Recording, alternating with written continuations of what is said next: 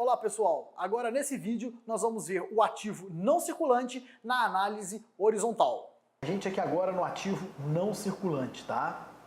Olha o que nós temos aqui, dois grupos aqui. Nós temos neste balanço o grupo de investimentos e temos também o grupo do imobilizado, tá? Então vamos olhar dentro dos investimentos. Olha, eu tenho participações em empresas coligadas, tá? Que eu fiz um investimento nessas empresas, então eu tenho esses valores com elas, são de 37, 39 e 41. Todos eles crescendo aqui, ó, em torno de 3,7, 5 e 8,94%, tá? 8,94%, lembrando que é na visão encadeada, tá ok? Participações de fundos de investimento, era 12, 11 e 11. Então reduziu 3%, voltou a crescer 1,51% e encadeada 2,14%. Então olha só o que a gente tem aqui. Se eu fosse analisar só essas duas contas, vamos desconsiderar os demais, tá? Mas analisando só essas duas contas, olha o que eu tenho aqui. Eu tenho meio que, eu começo aqui, participações em empresas coligadas, eu começo a ter um crescimento, mas em fundos de investimento eu caí um pouquinho. Então meio que eu equilibrei esse conjunto aqui, se eu fosse analisar só isso aqui. Ah, professor, mas no final de X1 para X3, no final desses 3 anos no conjunto, você o quê? Investiu mais em participações coligadas e retirou um pouquinho de fundos de investimento. É isso? É isso mesmo, tá? Essa visão que vocês têm que ter. Vamos lá. Imóveis de uso não operacional, tá? Que não é da operação da empresa. Ah, comprei um lote para investimento, alguma coisa assim. Então, ó, 10, 10 e 4. Então, possivelmente eu vendi alguma parte, ou eu perdi, ou enfim, eu dei um destino a essa diferença que está aqui do X2 para o X3. Então, você vê, de 10 mil X1 para o X2, eu tive o que? 0% de variação, tá? Mas quando eu chego de 10 para 4, eu tive 58,68% de variação. Então, olha como que coincide.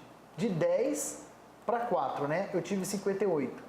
Aqui dos mesmos 10, coincidentemente o valor repetiu, para 4, aí eu falo que na encadeada teve também o 58,68% aí de variação, tá? Negativa, tá ok?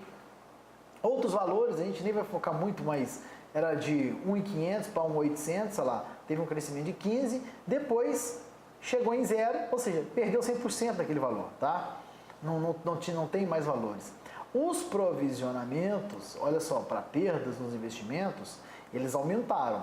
Então, olha só, do X1 para o X2 aumentou 14%, depois de X2 para X3 aumentou 36%, e no total, você vê que a encadeada de 10 para 16 aumentou 56%. Então, esse provisionamento para perdas é de se preocupar porque ele teve um crescimento muito grande e se você comparar aqui, ó, não teve nada que cresceu nesse nível dos investimentos, tá? Olha aqui, provisões para perdas. Em provisões para perdas, olha o que eu tive aqui, foi 10.329, ficou em 11.805 e 16.115. Então, essas três variações que eu tive aqui, ó, foi só crescendo a minha provisão de perdas. Cresceu 14% X1 para X2, 36% de X2 para X3. Então, quando a gente tem esse aumento, o que acontece? Quando eu olho pela análise encadeada, que é dos 10 aos 16 mil, eu tenho 56%. E isso sim é prejudicial. Olha, não é muito legal. Por que você está falando que não é muito legal? Olha, o nosso investimento em coligadas foi de 8% no crescimento. O fundo de participações de investimentos caiu. Imóveis de uso não operacional caiu. Então, olha só, outros valores praticamente não tem, porque caiu 100%, né? E aí o que acontece? Eu vou ter o quê? Provisões para perdas de 56%, cresceu minha provisão. Então, isso passa a não ser legal, tá? Isso passa a ter a gente enxergar que os investimentos não são bons, ou ocorrem muitos riscos. E aqui eu tenho o total, né, dos investimentos, que é 51.413, depois 51.153, olha lá, caiu só 0,51%, muito pouco, mas praticamente irrelevante. Depois cai 19%, 51 para 41. Mas por que caiu esse 19%? O grande fator que puxou isso aqui foi a provisões para perda 16 mil, tá? E ao longo dos 3 anos, a gente teve um declínio nos investimentos de 19%. 19,63%, ok? Vamos para o grupo do imobilizado agora. Bens em operações e depreciação acumulada. Então, nossos bens em depreciação, bens em operação, nós temos 562.570, subiu um pouquinho, 966, aumentou mais um pouco. Então, olha só, do primeiro ano para o segundo aumentou 1,49% e do segundo para o terceiro aumentou 69,46%.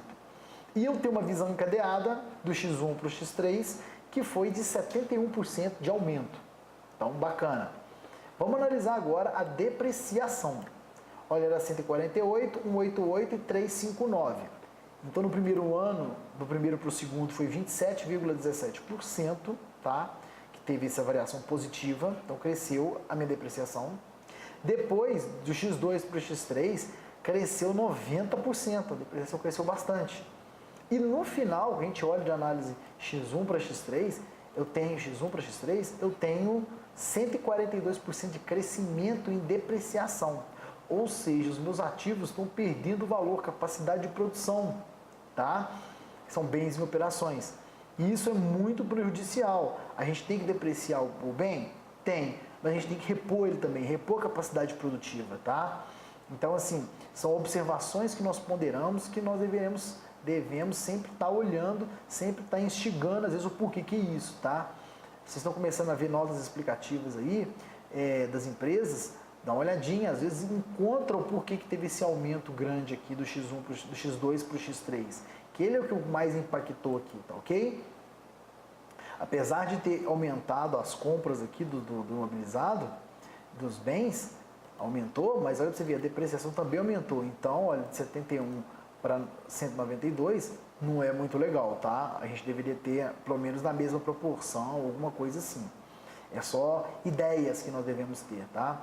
Então a gente enxerga o quê? Que o meu total do imobilizado, o que aconteceu com ele? De 413 caiu para 381, então caiu 7,73%, e de 381 para 600, olha para você ver, o meu imobilizado, ele fez o quê? Ele teve um aumento de 59%.